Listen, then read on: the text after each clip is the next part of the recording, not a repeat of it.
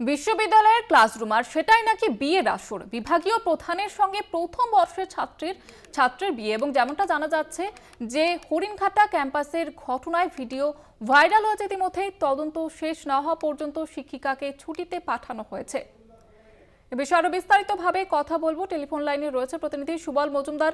সুবল, কি জানা যাচ্ছে, কেন এই বিয়ের সিদ্ধান্ত?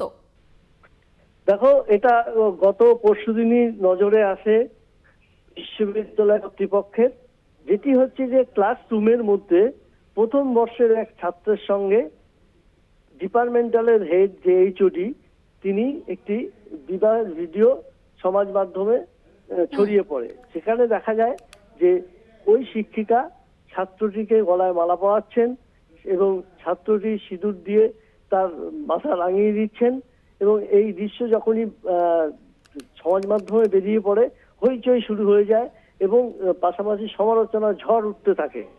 এরপরেই কিন্তু বিশ্ববিদ্যালয় কর্তৃপক্ষ একটি তদন্ত কমিটি গঠন করেছে, এবং যদিও তার কাছ থেকে যখন এক্সপ্লেইন চাওয়া হয়েছে যে কেন সে এরকম কাজ করলেন, তিনি যেটা বলেছিলেন কর্তৃপক্ষকে, যেটি একটি সাইকোলজিক্যাল ড্রামা এবং প্রজেক্টের একটি অংশ, তাই তিনি এটা করেছেন। যদিও এইতে সন্তুষ্ট হতে পারেননি কর্তৃপক্ষ, এবং তারা একটি মহিলা শিক্ষিকা দিয়ে কমিটি গঠন করেছেন, তদন্ত কমিটি, এবং তদন্ত কমিটি রিপোর্ট না আসা পর্যন্ত তাকে ছুটিতে বা বিশ্ববিদ্যালয়ে যেতে বারণ করা হয়েছে।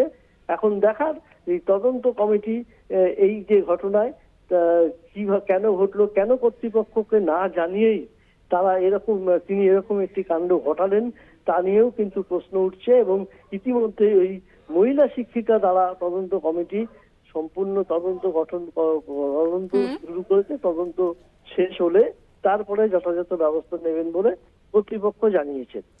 ধন্যবাদ জানাবো তোমাকে সুবল।